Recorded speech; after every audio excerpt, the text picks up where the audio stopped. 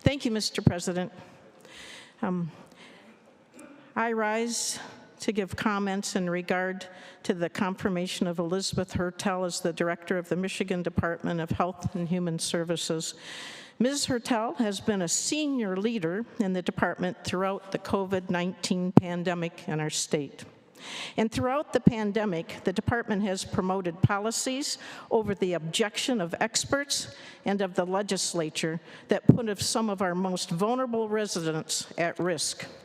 The department and our governor have also stonewalled transparency, refusing to share the specific data and matrix being used to make decisions that affect the lives and livelihoods of Michiganians.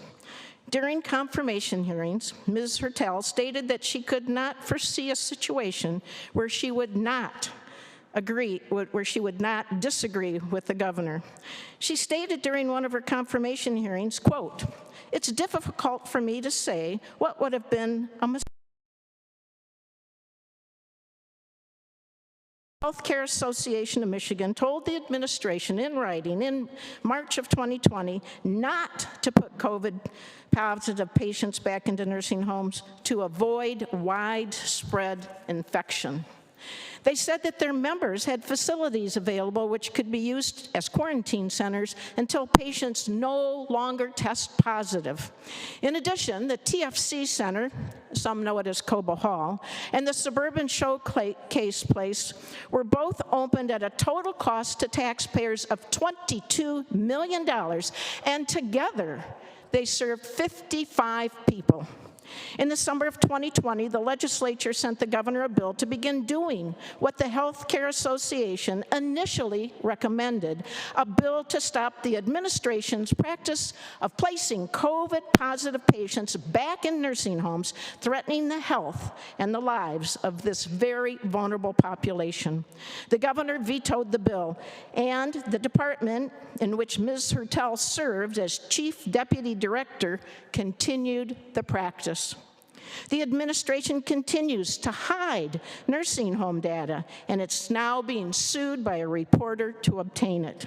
Ms. Hertel also, in her confirmation hearings, continued to refuse to provide the specific metrics and data her department has been using to make decisions. For example, Michigan is the only state in the country not using a matrix to inform its policy and restrictions and closures of restaurants and other businesses. Over 3,000 restaurants in our state have permanently closed, and yet there is zero transparency. The people of Michigan deserve to know how decisions are being made. Michigan is currently 39th out of 50 states for unemployment, yet we rank 10th in the US for the highest total number of deaths. This is a perverse and tragic disconnect in these numbers. And I will not vote to confirm a director for our state's health department who cannot admit that mistakes were made. Nor will I vote to confirm a health director who continues to obscure the data her department is using to make very important decisions. I will be voting no to confirm this appointment, and I would ask my colleagues to join me. Thank you, Mr. President, and I request that my remarks be printed in the Journal. Thank you.